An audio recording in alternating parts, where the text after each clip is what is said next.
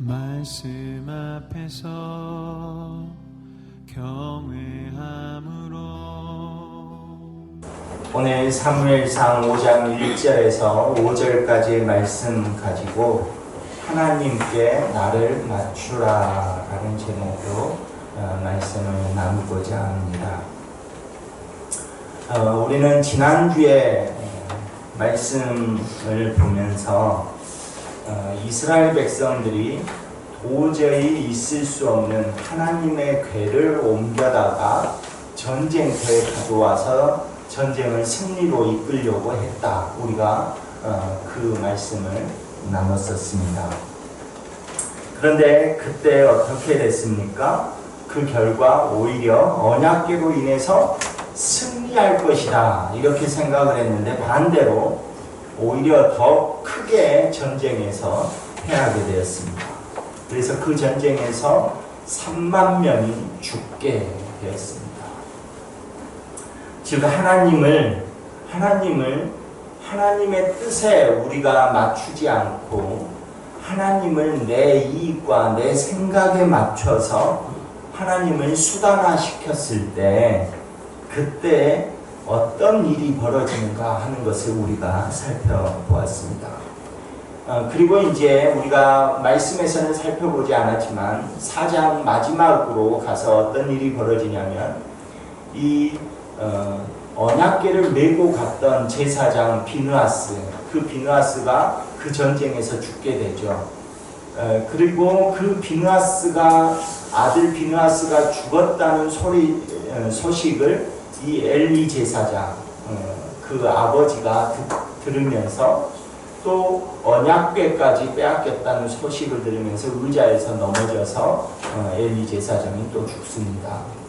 그런데 이제 그 모습을 다 이제 또 누가 전해 듣게 되냐면 비느하스의 아내, 비느하스의 부인이 듣게 됩니다. 자기 남편도 죽고 언약궤도 빼앗기고 또 자기 시아버지도 죽었다라는 소식을 듣게 되자 그때 곧바로 이 비느하스의 부인이 이제 배가 아프기 시작하면서 해산할 날이 아닌데 이제 해산을 하게 됩니다. 아이를 낳게 됩니다. 그러면서 그 아들을 얻게 됐는데 그 아들의 이름을 이 비느하스의 아내가 뭐라고 짓냐면 이가봇이다 이렇게 이름을 짓습니다. 이 이가봇이라는 이름의 뜻은 하나님의 영광이 떠났다라는 뜻을 가지고 있습니다. 이제 하나님께서 이 이스라엘에게 하나님의 그 영광과 능력을 베풀지 않는다 이런 뜻인 것이죠. 그러니까 어쩌면 이 이가봇이라는 그 아들의 이름은 왜 하나님께서 우리를 돕지 아니하셨는가? 왜 하나님께서는 이스라엘을 버리셨는가 하는 그 절규, 원망, 그것에 따른 그 절규라고 말을 할 수가 있습니다.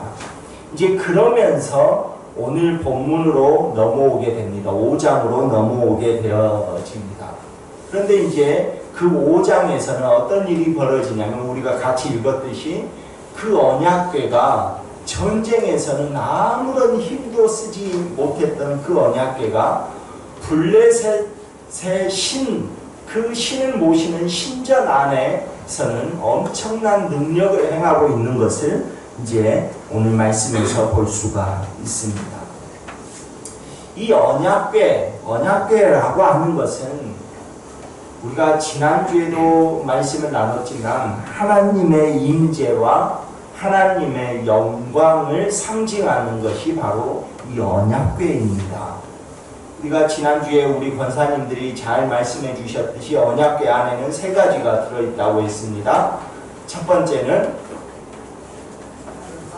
아론의 쌍난 지팡이, 두 번째는 십계명 2돌판이고 세 번째는 만나를 담는 항아리가 들어있습니다. 이 세 가지가 언약궤 안에 들어있습니다. 그런데 이 언약궤 안에 있는 이 3가지의 물건은 이만큼 하나님이 능력을 행하셨다라는 것을 상징하는 것이 아니라 인간의 죄성이 어떠한가 하는 것을 보여주는, 그것을 상징하는 그런 물건이다라고 말을 했습니다. 그러니까 인간의 힘을 의지하려고 하는 그 모든 것은 항상 다 죄악으로 치닫게 된다라는 것을 깨닫도록 하기 위해서 그 언약궤 안에 이 세 가지 물건을 넣었다고 말을 드렸습니다. 말씀을. 그래서 이 항상 주님을 의지해야지, 내 힘과 내 능력을 의지함으로써 하나님을 어떤 내 힘과 내 능력의 수단으로 삼으려고 할 때마다 늘 죄를 짓게 되었고, 그 죄의 문제가 바로 이 언약궤 안에 담겨진 그 내용물이라고 말을 했던 것이죠. 자, 인간의 나약한 그 힘, 그것을 의지하려고 하는 순간 전쟁에서 하나님의 언약궤는 능력이, 영광이 사라져버렸습니다. 아무것도 나타나지 않았어요. 인간이 자기의 힘을 의지하면서 하나님을 내 힘의 어떤 수단으로 삼으려고 하는 순간 그 언약궤가 아니라 그냥 세 가지 물건을 담아놓은 괴짝이 되어버린 것이죠. 아무 힘을 쓰지 못하는 것. 그런데 아무런 능력을 발휘하지 못해서 쓸모없이 버려졌던 그 언약궤가 이 블레셋으로 들어가서는 다시 하나님의 능력이 나타나고 발휘되고 있는 것을 볼 수가 있습니다. 아니, 정작 이스라엘을 구원하고 이스라엘에게 하나님의 능력을 나타내 보이셔야 할 그 전쟁터에서는 전혀 아무런 능력이 나타나지 않고, 오히려 34,000명이나 되는 사람들이 죽을 때 아무런 능력이 나타나지 않고, 이제 이스라엘과는 전혀 상관없는 것 같은 그 상황 속에서 블레셋으로 들어가서는 블레셋 안에서 엄청난 능력이 나타나기 시작한다는 것이죠. 블레셋에 이런 엄청난 능력이 나타날 때 같은 시각에 이스라엘은 어떤 일이 일어나고 있습니까? 이스라엘은 이 블레셋과의 전쟁에서 34,000명이 죽었습니다. 34,000명. 그러니까 이 34,000명 다 남자일 것 아닙니까? 다 남자. 전쟁에 나가서 싸울 만한 내 아들이든지 내 남편이든지 34,000명의 과부가 생긴 거예요. 그러니까 그 이스라엘 안에서는 내 남편과 내 자식들이 그 전쟁에서 죽음으로 인해서 이 이가봇이라고 이름 지었던 것과 같이 하나님의 영광이 이제 이스라엘에서 떠났다 하면서 울부짖고 있는 그 여인들, 그 모습이 똑같이 대비되고 있는 것입니다.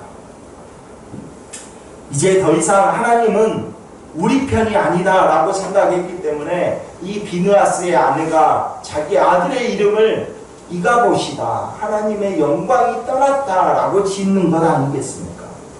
우리 편이 아니라고 절망하고 있는 것입니다. 여러분 한번 생각해 보십시오. 그냥 여러분들 그 말로 들으니까 아무런 감동이 이렇게 안 나타나는 것 같은데, 여러분 옆에 있는 아들 있죠? 나는 딸만 있는데 이렇게 생각하시는 분 있으면 여러분 옆에 있는 그 딸, 아들이 전쟁터에 나가가지고 죽었다고 생각을 해보십시오. 한참 꽃을 피울 나이, 이제 막 결혼해가지고 남편과 좋은 가정을 꾸리면서 살려고 하는데 그 남편이 죽은 거예요. 우리 보라하고 지금 효문이가 이제 이번 주 토요일에 결혼하는데, 결혼을 앞두고 전쟁터에 나갔는데 효문이가 죽은 거야. 어쩌자는 거야. 근데 그 수가 34,000명이에요. 34,000명. 요즘 전쟁에서도 34,000명 죽는 것이 쉽지 않습니다. 또 요즘같이 인구가 많으니까 34,000명 아무것도 아닌 것 같지. 그 당시에는 인구도 적은데 기껏 해봐야 이스라엘 백성들이 해봐야 그 인구가 100만도 안 됐을 텐데 죽은 거예요. 3만 명이나 되는 남자들이. 그러니까 그들의 마음속에서 하나님의 영광이 떠났다. 이렇게 울부짖고 있는 겁니다. 그런데 아이러니하게도 이 이스라엘에서 떠났던 그 하나님의 영광이 블레셋 땅에서 홀로 블레셋 신들의 목을 치고 활을 치고 그렇게 혼자 능력을 행하고 있는 거예요. 정작 이스라엘 백성들과 함께 있을 때는 아무런 능력이 안 나타났는데, 그리고 이스라엘 백성들 34,000명이 죽을 동안에는 정말 아무 능력도 안 나타났는데, 이제 전쟁과 상관없고 정말 이제 죽을 사람도 없는데 혼자 블레셋 하나님의 언약궤가 혼자 블레셋으로 들어가가지고 블레셋의 신들을 목을 치고 있는 겁니다. 오늘 이 말씀에서 우리는 두 가지 메시지를 우리가 깨닫게 됩니다. 첫 번째는 뭐냐면 이스라엘 백성들이 그동안 하나님을 얼마나 미신적으로 믿고 있었는가 하는 것을 보여주고 있는 겁니다. 하나님을 자기 수단화시켜서 믿고 있는 그 이스라엘 백성들에게는 전혀 하나님의 능력이 안 나타나요. 자기들의 이익과 자기들의 상황에 따라서 하나님을 수단화해서 무언가를 해보려고 할 때에는 아무 능력이 안 나타나는 것입니다. 그러니까 지금 이스라엘 이 백성들 지금 언약궤 이 사건을 통해서 그동안 이스라엘 백성들이 얼마나 하나님을 우습게 여기고 얼마나 하나님을 미신적으로 자기한테 맞추려고 하나님의 뜻을 자기한테 맞춰서 모든 것을 평가하고 재단하고 믿고 다 했던 겁니다. 그것을 지금 고발하고 있는 것이죠. 두 번째는 하나님은 인간의 이러한 불신앙 가운데에서 인간의 그 불신앙 속에서도 하나님께서는 여전히 하나님이 되신다는 것을 보여주고 있는 것입니다. 비록 너희들의 그 미신적인 그 신앙을 통해서 너희들 가운데서 하나님의 능력이 안 나타났다고 너희들은 하나님의 영광이 떠났다 이렇게 생각을 할지 모르지만 하나님의 능력은 여전히 변함없이 여전히 하나님께서 계획하신 그 뜻을 따라서 그 역사는 멈추어지지 않는다라는 것을 보여주고 있는 것입니다. 쉽게 말하면 나의 상황과 나의 형편에 상관없이 하나님은 우리의 변함없는 아버지가 되신다라는 것을 보여주고 있다는 것입니다. 우리가 실패할지라도 우리가 실패하고 우리가 넘어질지라도 하나님의 영광과 하나님의 능력은 중단되는 법이 없다라는 것을 보여주고 있는 것입니다. 우리는 그런 생각하잖아요. 마치 나를 도와주시지 않으면 내 아버지가 아닌 것처럼 이스라엘 지금 이가봇이라고 이름한 것처럼 한번 나를 도와주시지 않으면 하나님은 없는 거다. 하나님은 이제 그 능력이 없다. 나하고는 상관이 없다. 라고 생각하잖아요. 여러분의 상황과 형편이 딱히 어렵고 힘들 때 여러분의 부모님이 여러분을 도와주면 참 좋죠. 그러죠?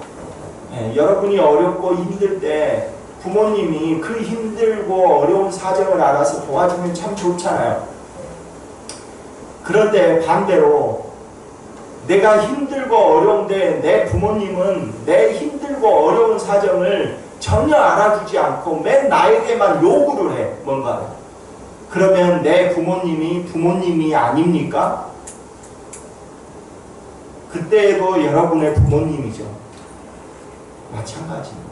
하나님은 우리의 상황과 형편에 그 상관없이 하나님은 계속해서 우리의 부모가 되시고 우리의 아버지가 되시는 것입니다. 변함없다는 것입니다. 그래서 블레셋의 그 거주지와 섬기는 그 우상들, 그것들을 하나님께서 계속 무너뜨리고 있는 모습이 오늘 본문 5장에 계속 나오고 있는 것입니다. 사실 이스라엘은 넘어졌습니다. 그러나 하나님이 넘어진 것은 아닙니다. 이스라엘이 잘못해서 이스라엘이 넘어졌습니다. 그러나 하나님이 잘못한 것이 아니고 하나님이 넘어진 것이 아닙니다. 이스라엘은 실패했습니다. 그러나 하나님은 실패한 것이 아닙니다. 우리의 성공과 우리의 실패를 넘어서서 우리의 의도와는 상관없이 하나님은 항상 주님의 그 뜻을 이루시기 위한 그 역사는 절대로 멈추지 않는다는 것입니다. 그런데 자꾸 우리는 우리의 상황이나 우리의 성공과 우리의 실패, 어떤 이런 것을 위해서 하나님의 그 뜻을 우리에게 자꾸 맞추려고 한다는 것입니다. 내가 이렇게 힘들고 어려우면 하나님이 당연히 나를 도와줘야지 라고 생각한다는 것입니다. 그래서 자꾸만 내가 하나님의 뜻에는 맞추려고 하지 않고 나는 부모님의 말씀을 거역해도 상관이 없고 내 아버지는 항상 내가 어려우면 나를 도와줘야 된다고 우리는 생각한다는 것이죠. 반대로 우리는 하나님의 뜻에 우리를 맞춰야 한다는 것입니다. 이스라엘도 자신들이 하나님의 말씀에 맞추려고 하지 않았습니다. 그러니까 하나님께서 이미 언약궤와 관련된 규례들을 다 세워놓으셨거든요. 율법에 다 기록해놨습니다. 언약궤 앞으로 이스라엘 백성들이 나와서 예배해야 되는 것이지 이스라엘 백성들이 있는 곳으로 언약궤를 가져오는 것이 아닙니다. 그런데 그런 거 다 무시하죠. 다 무시하고 자기들의 상황에 맞추어서 하나님을 가져옵니다. 언약궤를 가져오면 이길 것처럼 생각을 한다는 것입니다. 그래서 하나님의 말씀에 너무나 무관심하기 때문에 하나님께서 말씀으로 그 규례를 세워놓은 것 그거 다 무시함으로 인해서 제사장까지도 무시함으로 인해서 전쟁에서 그렇게 큰 피해를 입게 된 것입니다. 우리는 하나님께 나를 맞추어 가야 합니다. 하나님께 우리를 맞추어 가는 것입니다. 나의 상황과 형편에 하나님을 꿰어 맞추려고 하지 않아야 된다는 것입니다. 만약에 내 상황과 형편에 따라서 하나님을 꿰어 맞추려고 하면 무슨 죄를 짓냐면 하나님을 시험하는 죄를 짓습니다. 우리 그런 죄 많이 짓잖아요. 하나님 내가 이번만 성공하게 해주시면 이런 기도 많이 하죠. 내가 이것만 나를 도와주시면 이런 기도 많이 하잖아요. 그렇게 되면 항상 그 기도 끝은 뭐가 되냐면 자기가 시험에 들어요. 실상은 자기가 하나님을 시험한 거잖아요. 하나님이 진짜 있는지 없는지, 하나님이 정말 나를 사랑하는지 안 사랑하는지, 나를 도와주는지 안 도와주는지 한번 보자 하고 하나님께 기도하잖아요. 하나님 이번만 성공하게 해주십시오. 그러면 내가 이렇게 하겠습니다. 이렇게 우리 하잖아요. 그러나 실상 그런 기도의 마지막은 항상 내가 시험에 빠져. 왜? 내가 생각한 것만큼 하나님이 도와주시지 않았거든. 블레셋과의 전쟁에서 하나님의 언약궤를 가지고 오면 전쟁을 승리할 줄 알았는데 거기에서는 아무 힘을 발휘하지 않거든요. 그러니까 스스로 자기들이 시험에 빠져서 이가봇이다. 하나님의 영광이 떠났다. 이렇게 생각한 거잖아요. 그러니까 늘 내가 하나님을 시험하는 기도를 하게 되면 항상 마지막은 내가 시험에 들어서 하나님을 멀리하게 되는 것입니다. 항상 하나님이 나에게 원하는 것이 무엇인지를 기도하는 것입니다. 기도라는 것은 내가 하나님을 설득해서 하나님이 나를 도와주시도록 하는 것이 기도가 아니라 그 기도를 통해서 하나님께서 원하시는 것이 무엇인지 내가 설득당하는 것이 기도인 것입니다. 내가 설득을 당해야 돼요. 그런데 우리는 기도할 때 하나님을 내 뜻에 맞추려고 설득을 합니다. 그러나 기도를 하면 할수록 우리가 깨닫게 되는 것은 내 뜻을 온전히 내려놓고 하나님의 말씀에 설득되는 것이 기도이구나 하는 것은 우리가 깨닫게 되는 것이죠. 하나님의 뜻에 나를 맞출 때 블레셋 적진 한복판에서 언약궤 홀로 하나님 홀로 역사하셨던 그 하나님께서 오늘 우리에게도 함께 하시고 그 능력을 베풀어 주신다는 것입니다. 지금 내 기도는 항상 왜 내 기도는 항상 하나님이 안 들어주셔? 하나님은 항상 내 기도와는 반대되는 일을 행하셔 라고 불평하거나 또는 원망하시는 분이 계십니까? 그래서 하나님은 나를 사랑하지 않는구나, 하나님은 나를 버리셨구나, 이가 보시구나 라고 생각하십니까? 아닙니다. 한 번도 하나님의 뜻에 나를 맞춰본 적이 없는 것입니다. 한 번도 하나님 기도를 통해서 하나님이 나에게 무엇을 원하시는지 한 번도 물어보지 않은 것입니다. 한 번도 하나님께서 원하시는 것이 내가 지금 이 하고 있는 일이 하나님께서 원하시는 것인가 하는 것을 한 번도 물어보지 않은 것입니다. 하나님께서는 말씀에 대한 그 뜻을 성경을 통해서 다 여러분에게 하나님의 마음을 전달하셨잖아요. 그런데 우리는 한 번도 하나님의 그 말씀에 순종으로 하나님을 사랑한다는 표현을 한 번도 해보지 않은 것입니다.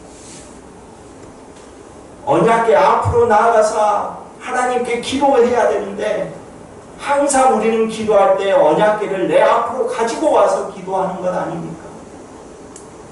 말씀에 대한 순종으로 여러분이 하나님을 사랑한다는 그 표현을 먼저 한번 해보십시오.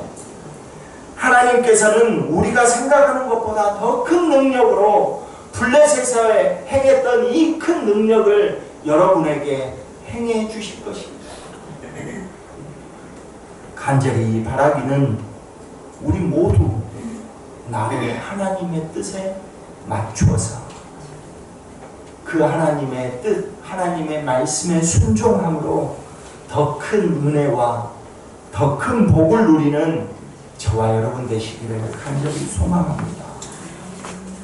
여러분의 뜻에 하나님을 맞추는 것이 아니라 하나님의 뜻에 여러분을 맞추는 것이고, 기도는 하나님을 내 기도에 설득하는 것이 아니라 하나님의 그 뜻에 내가 설득당하는 것이 기도다라는 것을 기억하면서 다시 한번 하나님의 뜻이 무엇입니까? 이 순간 나에게 원하시는 그 하나님의 뜻이 무엇입니까?